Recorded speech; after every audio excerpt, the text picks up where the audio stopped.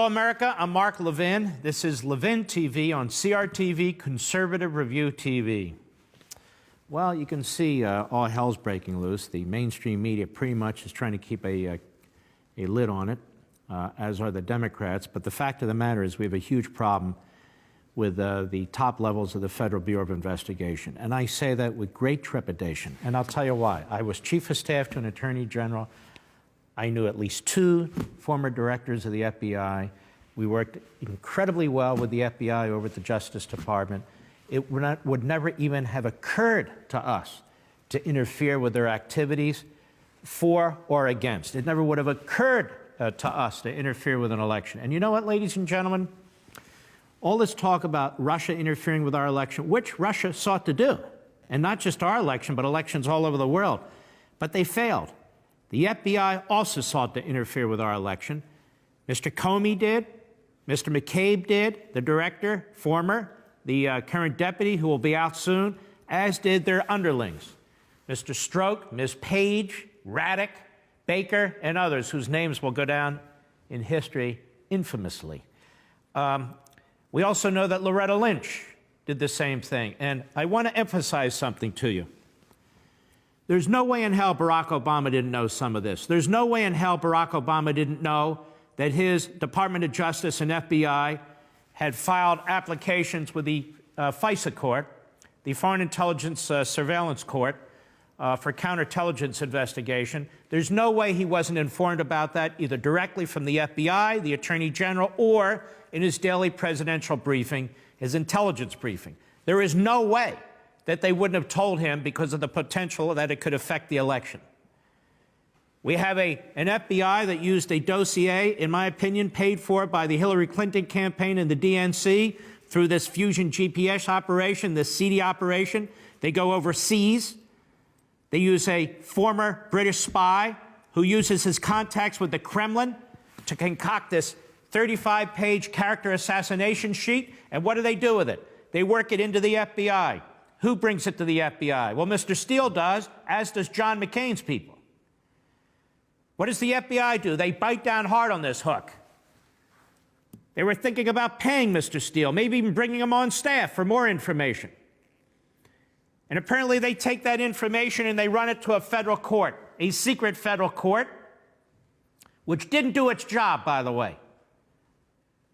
The judge or judges on this court who made this decision to issue this warrant against one or more members of Trump world did not do their job.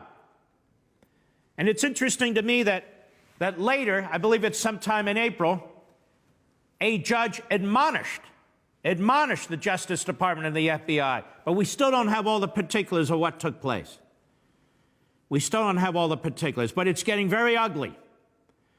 The texts, 50,000 texts, however many texts, an enormous number of texts missing over a 5-month period, including up to the day, give or take a day, where Robert Mueller was appointed special counsel. That just so happens? They think we just fell off the tuna boat? That's ridiculous. And what about these texts? A secret society of FBI agents? What's that all about? We need an insurance policy in case Trump wins? What's that all about? This is outrageous. I don't know that this has ever happened in American history or the history of the FBI. You know, the reason why an FBI director gets a 10-year term as FBI director is to ensure that he or she is not political or not influenced by politics. It's not because they're king or queen where they get to make decisions and influence an election. So I just want to make it abundantly clear. We talk about the Russians interfering with our election. Fair enough. They talk about collusion. There was no collusion with Trump and the Russians. But the FBI sought to interfere in our election. I'm not talking about the men and women who work at the FBI. I'm talking about the top echelon. They sought to interfere with our election, and they sought to interfere in our election in worse ways than the Russians did. Now, we can despise the Russians as I do. You can despise Putin as I do. I've never been a Code Pink Republican. What happened to them, by the way? Where are they?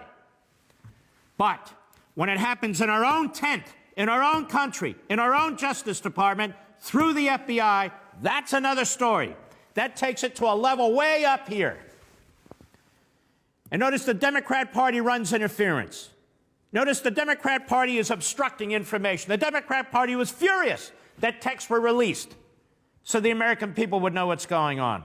Just as they're trying to sit on a memo that the House Intelligence Committee has put together on some of the information that you and I should know that took place at the FBI during the course of the election.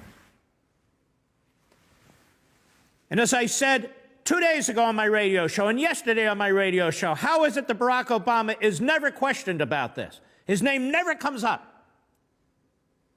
Never comes up.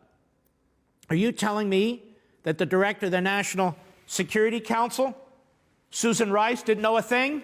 Are you telling me that the deputy director of the National Security Council, Ben Rhodes, a well-known leaker, he didn't know a thing? Are you telling me Valerie Jarrett didn't know a thing as she sits there controlling every department and every cabinet secretary? Are you telling me that James Comey, who likes to meet with presidents and takes memos, that he didn't meet with the president or write any memos? Loretta Lynch meets with Bill Clinton on the tarmac. Now we know why she met with Bill Clinton on the tarmac.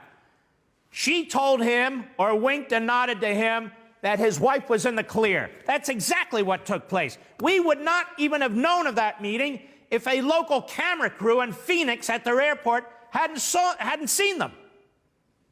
And all the effort to cover it up. Oh, we were talking about our grandchildren. Really? Nobody believes that.